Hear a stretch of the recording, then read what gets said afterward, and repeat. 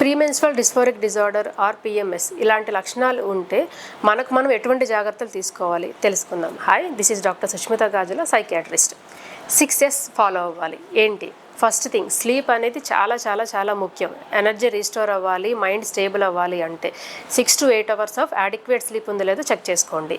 Next, smoking and other substances like alcohol, drugs, anything. కొంతమంది codeine syrups అని, multiple tablets అని వేస్తూ ఉంటారు. అలాంటివి 100% అవాయిడ్ చేయాలి. కెఫీన్, టీ లాంటివి లిమిట్ చేయాలి. Next, sugars.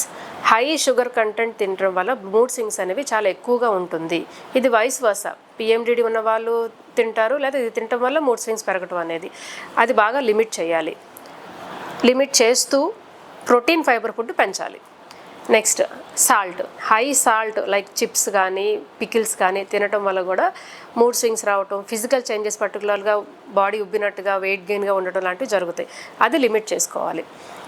Next, sedentary life style. ముఖ్యంగా స్టూడెంట్స్ చదువుకునే ఉంటాం, టైం ఉండట్లేదు, లేదంటే సాఫ్ట్వేర్ వాళ్ళు సిస్టమ్ ముందే ఉంటున్నాం, నడవడానికి టైం ఉండట్లేదు. దాన్ని ఎంతవరకు మరి మేనేజ్ చేసుకోగలరో చూసుకొని minimum 30 minutes of strength training exercises per day ఉండేటట్టు చూసుకోండి. వీటన్నిటికన్నా ముఖ్యంగా ఇప్పుడు అందరి దగ్గర మనం వింటున్నమాట స్ట్రెస్.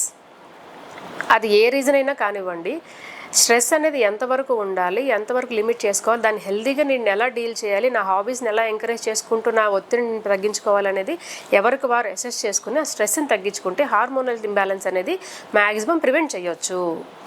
ఇలాంటివి ఫాలో అవుతూ ఉంటే సివియారిటీ పెరగకుండా, ఒకవేళ వచ్చినా సరే ట్రీట్మెంట్తో పాటు లైఫ్ స్టైల్ ఫాలో అయితే ట్రీట్మెంట్ ప్రాసెస్ పెరగకుండా హెల్ప్ అవుతుంది. Thank you.